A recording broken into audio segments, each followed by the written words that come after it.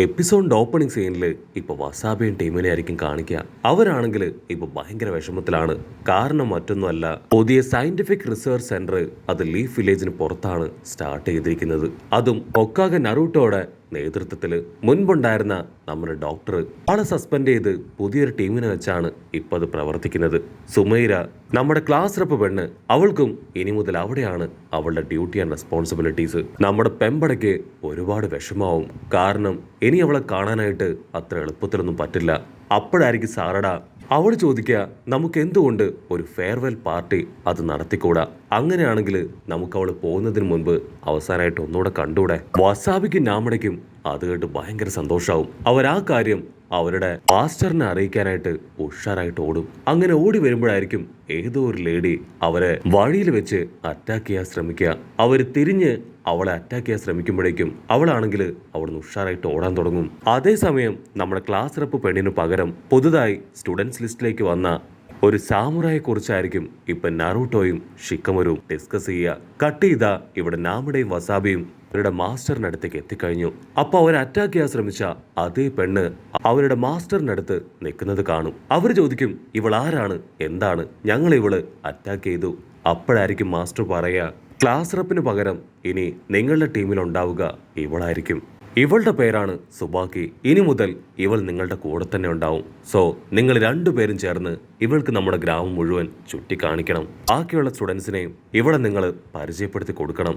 വസാബിക്കും നാമടയ്ക്കും അവളെ തീരെ ഇഷ്ടാവില്ല. അങ്ങനെ വേറെ വഴിയില്ലാതെ അവർ രണ്ടുപേരും ചേർന്ന് നമ്മുടെ പുതുപ്പെണ്ണ് സുബാക്കി അവളെയും കൂട്ടി ഗ്രാമം മുഴുവൻ കയറി ഇറങ്ങി നടക്കുകയാണ്. വസാബി ചോദിക്കും, ഇനി നിനക്ക് എന്തൊക്കെയാണ് കാണേണ്ടത്, ആരെയൊക്കെയാണ് നിനക്ക് പരിചയപ്പെടേണ്ടത്? അതിനവള് പറയും, എനിക്ക് ആരെയും കാണുകയും മീറ്റ് ചെയ്യുകയോ ഒന്നും വേണ്ട. എനിക്ക് ഇതൊന്നും തീരെ ഇഷ്ടമല്ല. മാസ്റ്റർ പറഞ്ഞതുകൊണ്ട് മാത്രമാണ് ഞാൻ നിങ്ങളുടെ കൂടെ വന്നത്. അവളുടെ ജാട ആറ്റിറ്റ്യൂഡും കാണുമ്പോൾ ഇപ്പൊ വസാബിക്കും നാമടയ്ക്കും അവർക്ക് ഭയങ്കരമായിട്ട് ഇറിറ്റേറ്റഡ് ആവും. അങ്ങനെ അവർ 150 പറഞ്ഞ് 100 പറഞ്ഞ് പൊരിഞ്ഞ് അടിയിടി ഫൈറ്റ്.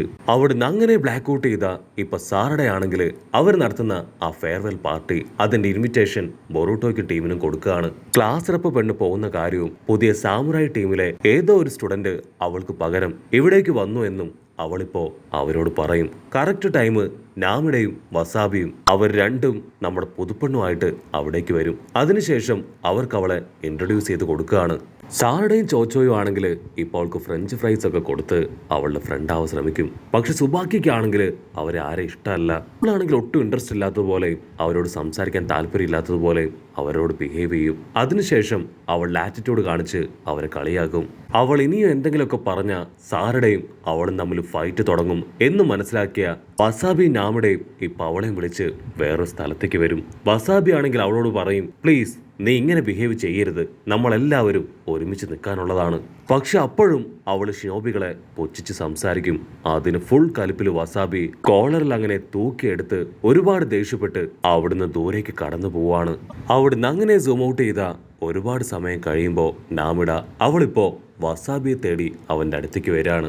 അവരാണെങ്കിൽ കാഷ്വലായിട്ട് എന്തൊക്കെയോ സംസാരിക്കുമ്പോഴായിരിക്കും ദൂരത്തായി അവരുടെ മാസ്റ്റർ ബിങ്കോ ബുക്കിൽ കാണിച്ചു കൊടുത്ത ആ ഒരു കൾപ്രിറ്റ് അവനെ ദൂരത്തായി അവർ കാണുക.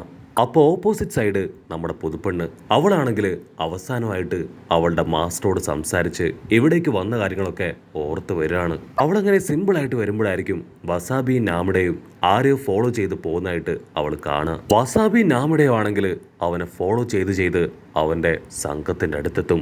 അവരെ കാണുമ്പോൾ തന്നെ വസാബി ആണെങ്കിൽ അവന്റെ ക്യാറ്റ് പവർ എടുക്കും. അതിനുശേഷം അവരുമായിട്ട് പൊരിഞ്ഞ ഫൈറ്റ്. പക്ഷെ വസാബിയുടെ ഓരോ പഞ്ചും ആ വില്ലന്മാരെ ഈസി ആയിട്ട് തട്ടിത്തെറിപ്പിക്കും.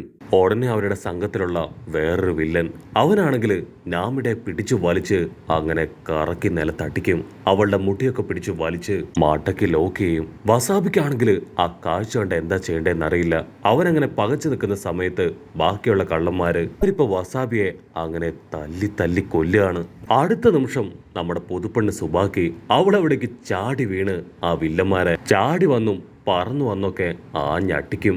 വസാബി ആണെങ്കിൽ അത് കണ്ട് ഷോക്കാവും. അവളാണെങ്കിൽ സെക്കൻഡുകൾ വെച്ച് ആ ഒരു പ്രദേശം തന്നെ തകർത്ത് ആ വില്ലന്മാരെ തവിട് പൊടിയാക്കും.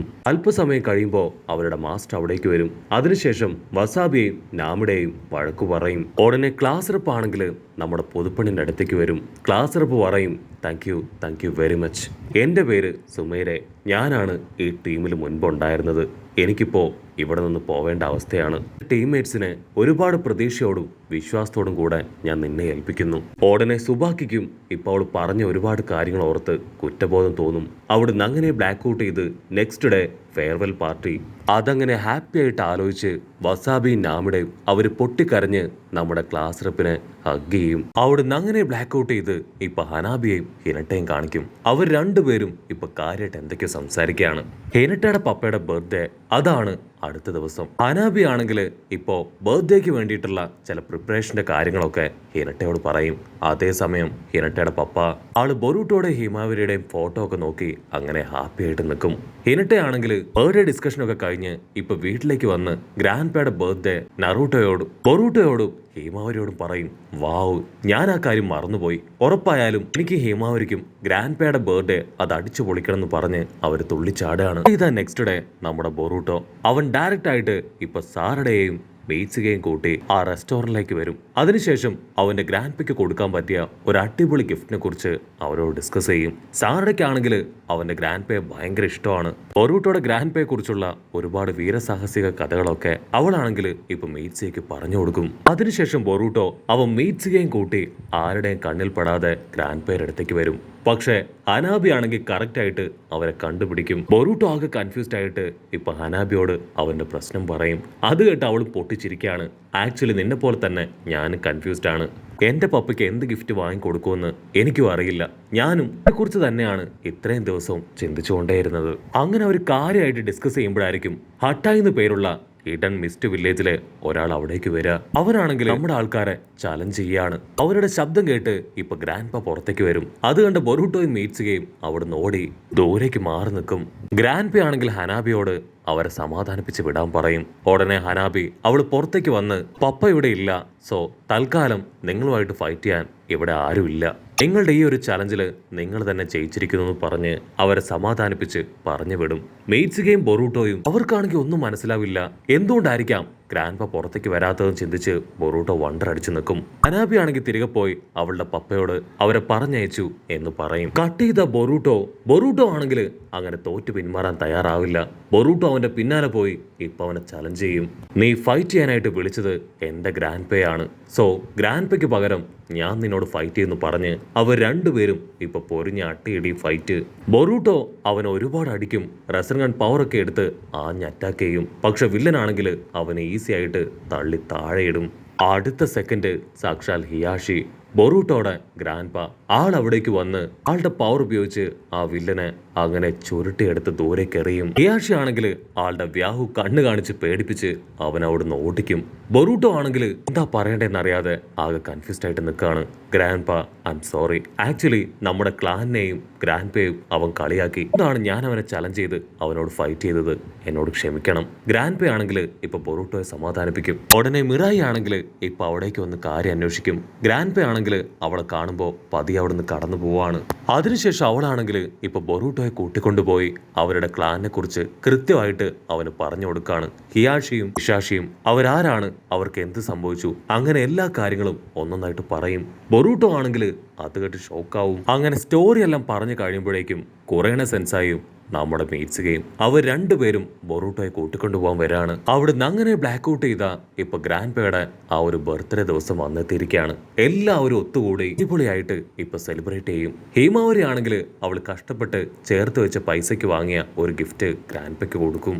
ഗ്രാൻഡ് പേ ആ ഗിഫ്റ്റ് തുറക്കും. അതൊരു അടിപൊളി സ്വെറ്ററാണ്. അത് കണ്ട് ഗ്രാൻഡ് പേയുടെ കണ്ണ് നിറയാണ്.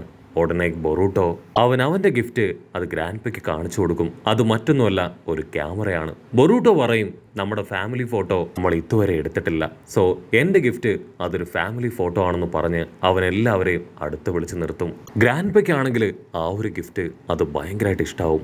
അവിടുന്ന് അങ്ങനെ കട്ട് ചെയ്ത നൈറ്റ് ഇപ്പൊ ബൊറൂട്ടോയും ഹീമാവരിയും അവര് ബർത്ത്ഡേ കേക്കും ബിരിയാണിയൊക്കെ അടിച്ച് കൂർക്കം വലിച്ചുറങ്ങാണ്. മറ്റൊരു ഭാഗത്ത് ഹിയാഷിയും നറൂട്ടോയും. അവരാണെങ്കിൽ എന്തൊക്കെയോ കാര്യമായിട്ട് സംസാരിക്കും. നെക്സ്റ്റ് ഡേയും ഹിയാഷിക്കാണെങ്കിൽ ബൊറൂട്ടോടുള്ള ഇഷ്ടം അതെങ്ങനെയാണ് പ്രകടിപ്പിക്കേണ്ടതെന്ന് അറിയാതെ അവനെ തൂക്കിയെടുത്ത് വട്ടം കറക്കി അവരവസാനമായിട്ട് എടുത്ത ആ ഒരു ഫോട്ടോ അതങ്ങനെ കാണിക്കുന്നതോട് കൂടെ ഈ ഒരു എപ്പിസോഡും അവസാനിക്കുന്നു.